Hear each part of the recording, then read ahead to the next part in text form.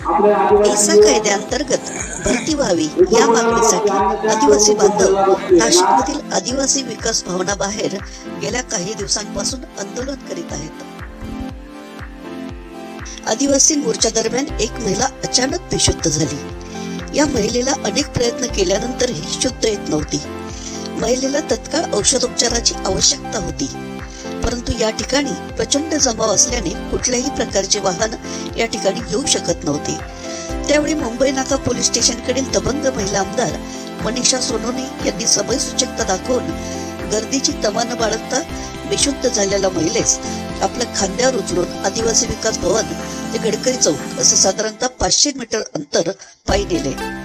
यानंतर वरिष्ठ पोलीस निरीक्षक संतोष नरोटे यांच्या आदेशाने महिलेला दवाखान्यात औषधोपचारासाठी नेण्यात आले।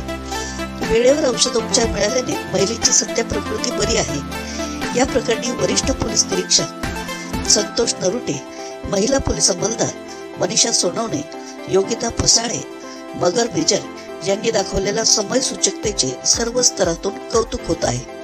खाकी वर्दीने दाखवलेल्या माणुसकीला सप्रेम मराठीचा सलाम। सप्रेम मराठी ब्युरो, नाशिक।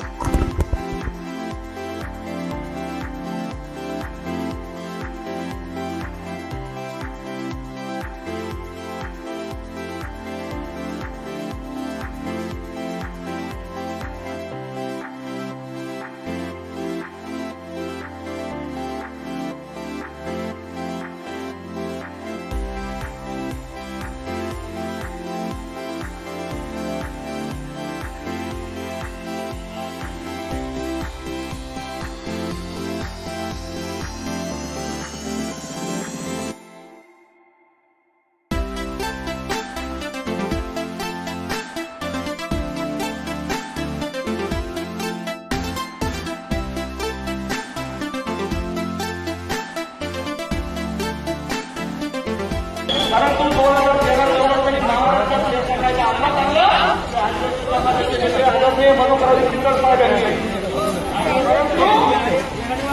कायद्याचं स्पष्टीकरण केलं आणि त्याचा कायदा वाचवण्यासाठी आदिवासी समाजाचे आदरणीय जगदीकाई साहेबांनी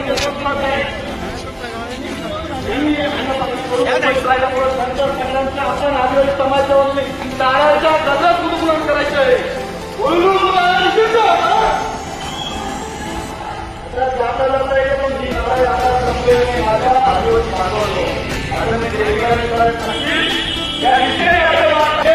तुम्ही आमच्या येऊन बोलायला तर तुम्ही संसदेत बोला।